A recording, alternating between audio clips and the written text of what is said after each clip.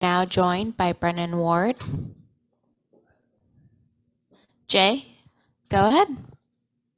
Thanks very much. And Brennan, welcome back. Fight number 2 this year on the main card again. You had a heck of a performance last time. So, having said that, I mean, that was coming off a layoff. Do you try to look and top that this time out? Um, I, I'm probably just gonna do the same thing. You know what I mean? Go out there and try to finish the fight as early as I can. I don't like to leave the first round, so I'll try to get this one done inside the first round. Well, I don't You think know, there'll be any complaints about that.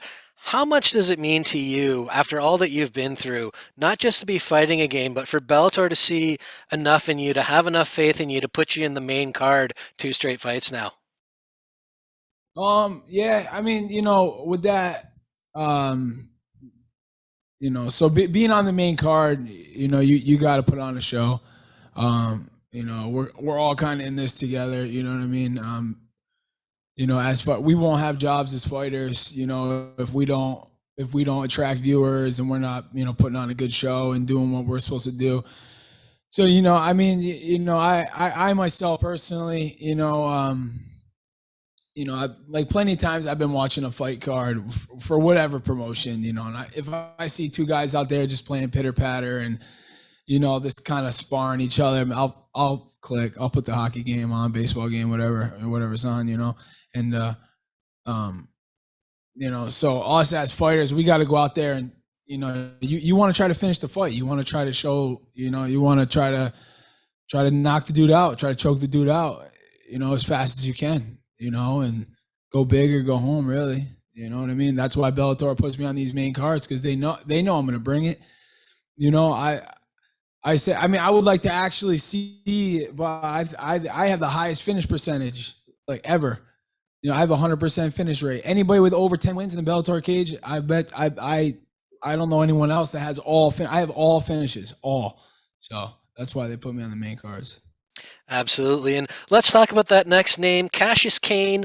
Aside from the supervillain sounding name that he's got going there, not a super well known guy, but he's fought some good opponents, Maki Pitolo, Derek Krantz, who are both in the UFC. Obviously, you're gunning for the finish, but what are you expecting to see for him? Yeah, I mean, anyone who gets in the cage, anyone who can make it to this level and can fight at this level, and is like me. I believe we're around the same age. Me and Cassius, we're both in our 30s. If you're still kicking around in your 30s doing this, it's for a reason. You're a tough dude. You got probably a couple screws loose, and you're pretty tough. So it'll be yeah. I hope he comes out, and I hope he tries to knock me out. I'm gonna try to knock him out. He'll try to knock me out, and it'll be a good show, because that's what we're supposed to do. He's supposed to meet me in the center of the cage and fucking let it fly. So yeah. Well, good to see you back, Brendan. Best of luck on Friday. Thank you.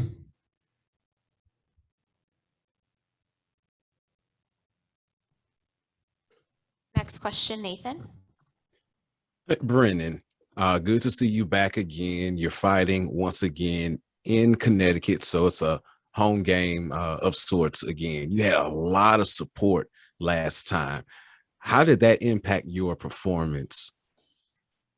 Um, it goes so, like, it goes two different ways. Like, before, you get kind of nervous because home, like home field, the place is gonna be packed with all your boys and everyone you work with, and you know what I mean. And so you're kind of anxious, a little bit of performance anxiety, but then when you're standing out there, and you're looking across the cage at the dude you're about to fight, and the crowd is going nuts, and you can barely hear dude, introducing you guys. You get kind of amped up. It's a good feeling. All right, and your daughter's not here with you today. She kind of stole the show last time. Yeah, Um, yeah. I know Father's Day just passed on Sunday. How much of, I know you say that she's a great impact, but can you just share how she does impact you on a daily basis when it comes to how you approach your fights? I mean, she helps me just the way I approach life, man. I have a tendency to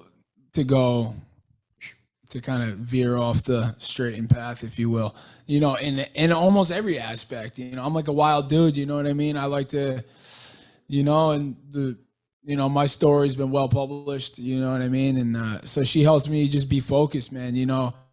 At my regular job, I work hard every single day, to make a better life for her, so she can never want for anything. And, when I'm training after work, so there's days, dude, I'm working, I work a 10, 12-hour day. I'm beat, I'm dirty, I'm bloody, I'm hurting. I'm like, man, I just want to go home, but I got to go to the gym and train, because it's for the family. It's so she doesn't ever want for nothing. I want her just to have the best life. So she helps me just stay focused in everything, my whole life, everything. All right, and I know last time you fought, it was a one-fight deal. Bellator did bring you back. Are you still on a fight-by-fight basis, or will you have more fights coming after this? Yeah, I signed a contract with these guys. I signed a deal, so I'll be kicking around for a while. Thank you. Yes, sir. Next question, Steve. How long do you plan to kick around for, by the way? I mean, if I can behave myself and not get, so long as I don't violate probation and get fired. No, as long as I can, as long as I signed a 4-fight deal. We'll fight. We'll fight 4 more fights and see what happens. And, if those fights happen quick, like I just fought, a couple months ago, I'm fighting in a couple nights. If I fight again, October, November, and then another one quick after that, and those 4 fights are up, then I'll probably sign another contract and keep going again. I'm 33. I'll be 34. I feel like physically, man, I'm still in great shape, and I still, I've said it before. My job, my real job, keeps us real fit. So I don't ever, even when I'm not training, I'm training. Like I said, I would like to see 90% of pro fighters come do what I do every day, and you wouldn't make it to lunch. You wouldn't make it to lunchtime. You'd be like, fuck that. They wouldn't do it. I don't know why we do it. I don't know why I do it. It's like another one of those things like fighting. You got to have a couple screws loose to do what we do. So remind me what the day job is again. I'm in the Carpenters Union, but I do, we kind of specialize in deep foundations and pile driving and dock building. It's all just heavy. Everything we use is super heavy, super dangerous. We work with the cranes. We do a lot of welding. We do a lot of rigging. We do a lot of just heavy, dirty work. You have a pension waiting for you at the end? Dangerous, working at heights, always climbing cranes, climbing drill rigs, never tied off. Just gnarly shit that like a lot of people wouldn't want to do. Do you have a pension waiting for you at the end of 20 years service? Yeah, oh yeah, we got pensions, and we have a pension, we have an annuity, we got like the best healthcare. We're union, that's why you join a union, so you can, my whole family is union, everyone's union, every man in my family is in the trades, that's what we do. If you're on both sides, everyone's in the trades. Union or not, I followed like my father. I got in the union, and so you can have, we work hard, and then you're taken care of at the end. When you're done, and you're taken care of. You got a fat annuity, and you got a pension coming in. We got great health care, all that. I try to push more guys into it. I try to push more younger guys into joining these unions, and I don't know. It's not for everybody. The work is hard. It's hard, especially nowadays where there's not a lot of younger guys want to do it. So it's a great opportunity. I mean, I'm let's face it, I'm a felon, and I make, I can make, if you don't make 6 figures a year, then you're not working hard enough. You can make as much money as you want working in these unions, man. We kill it, absolutely kill it. That's why for me, the fighting is just, I come back and fight. I don't need to fight. I don't need these checks, man. I don't need these. You know what I'm saying? I make a good living. What do you think about I came back. What's that? Go ahead. What do you think about a fighters union? People have asked me about this. There's a lot would go into that. There'd be so much to go into that. And I'm very pro union, don't get me wrong, but I don't see it happening with fighters. I don't see it happening. There's not, and it would take me a long time to explain to you why I don't think it could happen. You know what I mean? The people who are fighters union, they don't know the ins and outs of how these unions really work and what it takes to localize and organize. So that's for another time. We can talk about that. Gotcha. And the pandemic was terrible for addiction in this country. Resources, not available to people who need them. And you mentioned before, sort of staying out of trouble and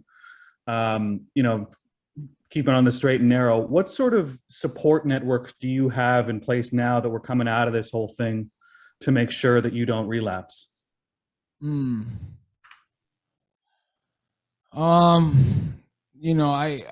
sort of just can't relapse. You know what I mean? I can't go back down that road, and there's just no option really for me. I can't go off. I just can't. I got to, I'll go back to prison first and foremost. I'm on supervised probation. I have to show up. I have to report. I have to take drug tests. You know what I mean? I have to, people are on me. My family's on me. Everyone knows I'm a dead giveaway. When I get high, I'm a dead giveaway. Everybody knows. Everybody knows it. When they know it. My girlfriend can hear it in my voice on the phone. You know what I'm saying? And listen, man, I haven't been perfect. I have not been perfect, and people slip up. I've slipped up, and I get called out on it instantly. I can't even go off on a, so to answer your question, I can't go off on a run. I can't go off on a bender again because I got too many people on me. The second I slip up, everybody knows. It goes through my family.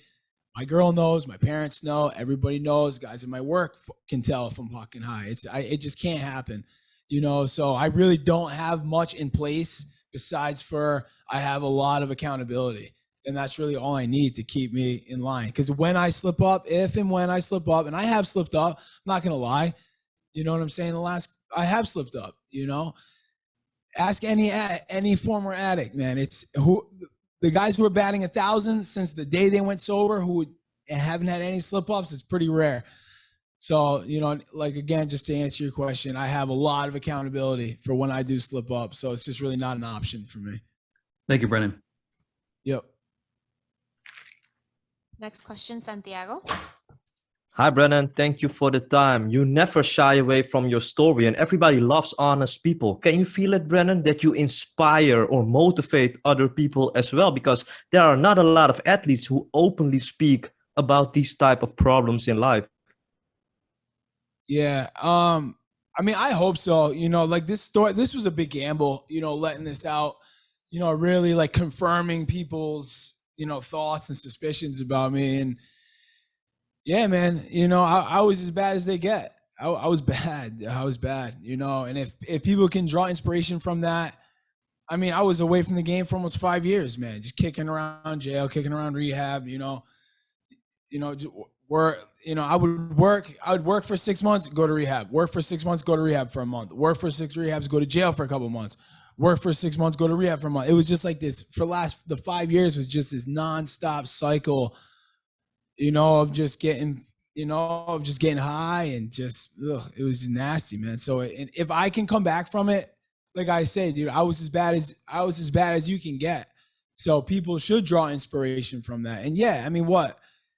All right, I'll let my story out. Big deal. You know what I'm saying? What, are you going to judge me? I could care less, man. I don't care about too many people. I got my circle of people, man. You want to judge me? Go ahead. Judge me. I'm just going to be 34 years old. I'm still out in the cage. I can beat up half this roster right now, and it's like, just draw inspiration from me. Don't judge me. You know what I'm saying? Everybody has something that they could fix in their life. You know what I'm saying? So don't pick away at me, man. Fix yourself. Be inspired by me. Don't judge me. After your last fight, you said that you want to be a gatekeeper for the welterweight division. Did Bellator like your idea? I don't know. I haven't really heard much about that. I don't even know what I want to do still, with this thing. I don't know. I might want to make a title run. I don't know yet. I might want to do it at 185 too, because I hate cutting weight. So we'll see what happens.